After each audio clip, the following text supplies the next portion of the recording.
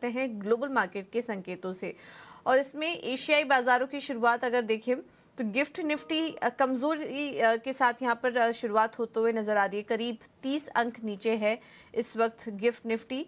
शुक्रवार को हमने देखा था कि करीब 19,600 के आसपास ही क्लोजिंग यहाँ पर देखने को मिली थी गिफ्ट निफ्टी की, लेकिन अब 19,600 के नीचे यहाँ पर मौजूदा शुरुआत होते हुए नजर आ रही है। शुक्रवार के दिन हमने भारतीय बाजारों में भी काफ़ी अच्छा मोमेंटम देखा। अक्टूबर सीरीज की जो शुरुआत थी वो काफ़ी अच्छी हुई है, लेकिन अभी जो संकेत मिल रहे हैं एशियाई मार्केट से वो हल्की कमजोरी के साथ है। हालांकि कल ज़्यादातर एशियाई बाजार बंद थे। हमने देखा था कि गोल्डन हॉलिडे वीक के मौके पर कोरिया के बाजार बंद थे, हांगकांग के बाजार बंद थे, तो वहां से कुछ संकेत नहीं मिला। और चीन के बाजार भी बंद है और वो 6 अक्टूबर तक बंद रहेंगे। तो ये छुट्टी का माहौल है फिलहाल एशिया मार्केट से, तो कुछ ज्यादा बड़े क्यूज तो नहीं मिल रहे हैं, लेकिन गिफ्ट निफ्टी इस वक्त कमजोरी इंडिकेट कर रहा है। और दुनिया भर से संकेतों की बात करें तो वहां से भी मिले जुले संकेत ही देखने को मिल रहे हैं। अमेरिकी बाजार वैसे तो अपने ऊपरी स्तर पर बंद हुआ। डाउ जोन्स में निचले स्तरों से करीब 200 अंकों का सुधार देखने को मिला है। और एक बड़ा ट्रिगर ये था कि अमेरिका में जो शटडाउन का खतरा था वो टल चुका है, जिसके चलते हमने कल एक तेजी देखी और संसद ने 45 दिन के फंडिंग बिल को मंजूरी दे दी है।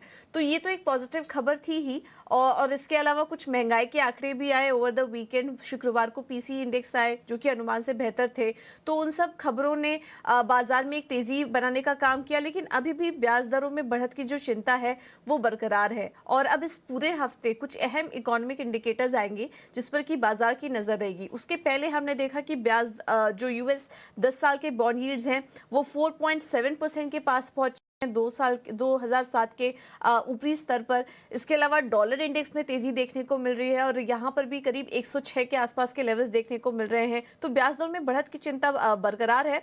और ऐसा ही कुछ जो over the weekend Fed officials की तरफ से बयान आए, वहां पर भी कहीं ना कहीं ये इंडिकेट किया गया कि जब तक महंगाई को वो पूरी तरह से काबू में नहीं कर लेंगे तब तक ब्याज दरों में जो बढ़त है वो आगे भी जारी रहेगी। हो सकता है कि कई बार ये बढ़त लेना पड़े। और कुछ का ये भी मानना है कि आगे आने वाली पॉलिसी के पहले कुछ अहम डेटा है जिसको कि फेड क्लोजली वॉच करेगा।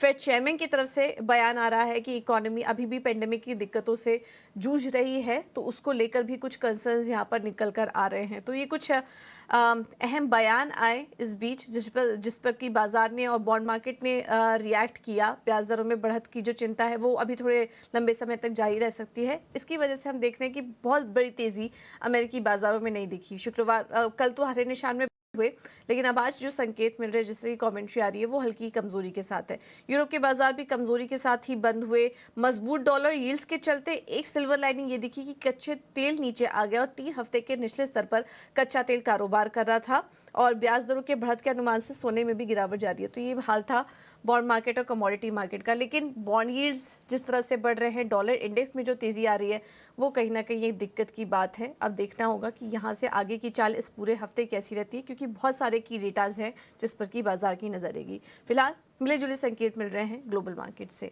अब आगे बढ़ते हैं और एफआईज और डीआईएस के अपडेट एक बार देख लेते हैं। उसके बाद हम समझेंगे कि आज के लिए वायदा बाजार के आंकड़े क्या कह रहे हैं। कैश मार्केट में विदेशी निवेशक बिकवाली करके गए और करीब 1685 करोड़ की यहाँ पर बिकवाली का आंकड़ा नजर आ रहा है एफआईएस की तरफ से। डीआईएस की बात करें तो कैश मार्केट में खरीदारी हुई है उनकी तरफ से और 2751 करोड़ का आंकड़ा है ये। इंडेक्स फ्यूचर की बात करें 700 करोड़ की बिकवाली, इंडेक्स ऑप्शन में 25,751 करोड़ की बिकवाली का आंकड़ा इस वक्त निकल कर आ रहा है। तो ये हैं कुछ अहम डेटा एफआईएस और डीआईएस की तरफ से। अब आगे बढ़ते हैं और इन आंकड़ों को देखते हुए आज बाजार पर क्या रणनीति अपना के चले ये समझ लेते हैं। और हमारे साथ जुड़ गए हैं रेलिगेयर ब्रोकिंग से Ajit Mishra. Ajit, thank you so much ET now स्वदेश को समय देने के लिए। तो एक लंबे वीकेंड के बाद हम आज जब खुलने की तैयारी कर रहे हैं, संकेत काफी मिले जुले हैं। हालांकि जब शुक्रवार को हम बंद हुए तो पॉजिटिव नोट के साथ बंद हुए थे, लेकिन क्या लग रहा है आपको कि ये जो ओवर द वीकेंड ढेर सारे डेवलपमेंट्स हुए हैं, खबरें आई हैं, उनको देखते हुए क्या वो तेजी टिकाऊ रहेगी? गुड मॉर्निंग पूजा। तो पूजा देखिए, जैसे आपने बताया कि लास्ट सेशन में हमने जरूर अटेंड किया था एक रिकवरी का, बट प्रॉफिट टेकिंग आई थी फाइनल लास्ट में। और कहीं ना कहीं मुझे लग रहा है पूजा, जब तक कि आप 19,750 को रिक्लेम नहीं करते निफ्टी में डिसाइसिवली, तब तक कोई एक स्ट्रॉन्ग मूव उसकी एंटिसिपेशन थोड़ा सा जल्दी होगा। ओवरऑल टोन मुझे लगता है साइडवेज टू बेरिश ही रहेगा जब तक कि आप 19,750 से नीचे है। तो ये देखते हुए मेरे हिसाब से स्टॉक स्पेसिफिक रहिए, because sector specific, stock specific अभी भी आपको अच्छी अपॉर्चुनिटीज मिल रही हैं बोथ लॉन्ग और शॉर्ट साइड पे। तो वो देखते हुए आपको मतलब वही एटीट्यूड रखना चाहिए, इंडेक्स को ज्यादा फोकस ना करें, स्टॉक स्पेसिफिक अप्रोच रखें। तो इसको देखते हुए दोनों ही रिकमेंडेशन मेरी बाय साइड पे होगी, बिकॉज जिस तरीके से हमने देखा है पीएसयू सेगमेंट अभी भी काफी ज्यादा स्ट्रॉन्ग रेजिलियंस दिखा रहा है। उसमें बीएचईएल एक पिवट फॉर्म करने के बाद डेली चार्ट पे वहां पे रिकवरी देखने को मिली थी लास्ट ट्रेडिंग सेशन में। यहाँ पे मुझे लगता है कि 137 तक के लेवल देखने को मिल सकते हैं 128 के स्टॉप लॉस के साथ। साथ ही साथ ओएनजीसी जो कि अपने रिकॉर्ड हाइस पे ट्रेड कर रहा है, यहाँ पे भी मुझे लगता है कि मोमेंटम कंटिन्यू रहेगा जिस तरीके से लास्ट ट्रेडिंग सेशन में क्लोजिंग हुई है और ओवरऑल टोन जिस तरीके से बना हुआ है इसमें। तो यहाँ पे भी आप 200 तक के टारगेट्स के लिए आप लॉन्ग पोजीशन इनिशिएट कर सकते हैं विद स्टॉप एट 188।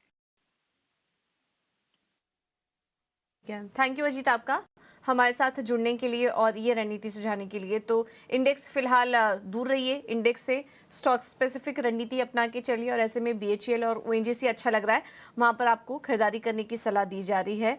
और इस हफ्ते काफ़ी इम्पोर्टेंट हम देख रहे हैं कि इवेंट्स भी आने वाले हैं, आरबीआई की पॉलिसी भी रहेगी, तो काफ़ी कुछ चलेगा। उस लिहाज से उसको देखते हुए अभी फिलहाल इंडेक्स में ट्रेड करने की राय नहीं है, थोड़ा वेट एंड वॉच करने की रणनीति यहाँ पर अपनाने की राय।